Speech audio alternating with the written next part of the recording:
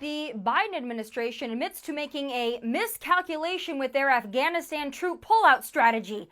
Really? You think? It's time for final thoughts. And take a look at Afghanistan, folks. If that doesn't scream total Biden policy disaster and epic failure, I don't know what does. Now, let me make something very clear. I tend to strongly believe once our military efforts in the Middle East and particularly Afghanistan shifted from conquer and defeat to democracy and nation building, we were doomed to failure. In my opinion, we shouldn't have been there for 20 years and we shouldn't have tried to spread democracy to a country and a part of the world that doesn't want it or simply wasn't ready for it and probably never will be. But for the love of God, perhaps the Biden administration should have been just a little more prepared for what happens when you plan a massive troop withdrawal with advanced announcement and leave a nation like Afghanistan with a fighting force unable and incapable of protecting and defending its own country, thus creating a massive power vacuum terror groups like the Taliban are happy and eager to fill. But folks, Biden administration officials now admit they made a miscalculation when it came to that troop withdrawal. Yeah, you think? The United States of America, the most powerful country on the face of the earth, has to scramble to evacuate and airlift staff and officials at our embassy in Kabul as the city is overrun by the Taliban. How was this not the most predictable thing ever in the history of U.S. conflicts abroad? In the words of our illustrious president, come on, man. And speaking of our president, our commander-in-chief, where the hell is he? He couldn't cut his summer vacation at Camp David short to attend to the biggest military and foreign relations disaster of his presidency thus far? Are you kidding me? Our president should have been addressing the nation yesterday.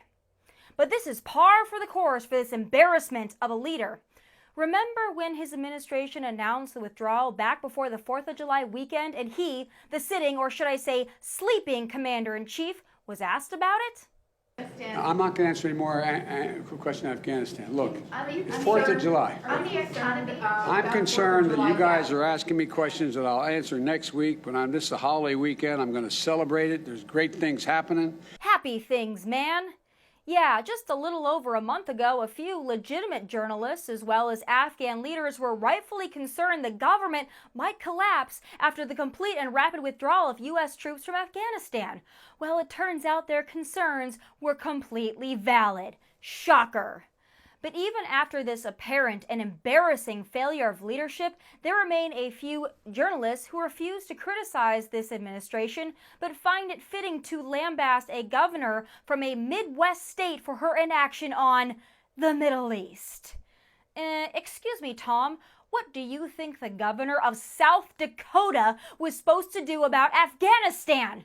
But meanwhile, our commander-in-chief is on freaking vacation and worse, cannot put a sentence together, let alone lead our nation even when he's not out of the office. But by all means, attack Christie, known for being unserious for riding a horse holding an American flag in her home state of South Dakota, because that makes total and complete sense.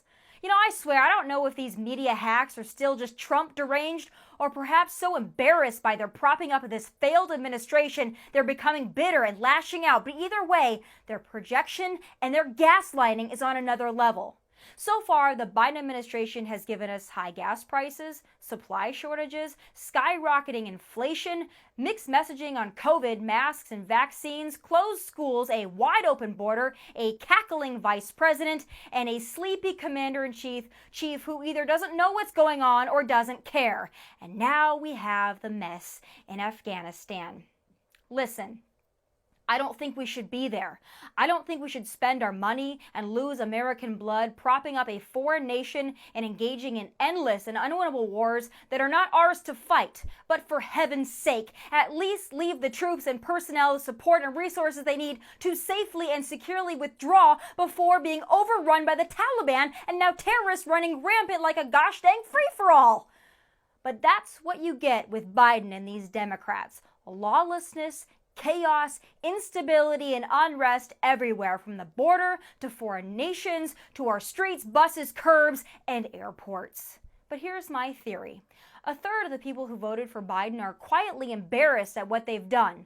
Another third are too blissfully ignorant to see what a mess they elected. And the last third probably didn't realize they were voting for him, aka dead, double, and illegal voters. But at any rate, congratulations, Biden voters. Your president in name only is a real winner. And those are my final thoughts from Nashville. God bless and take care.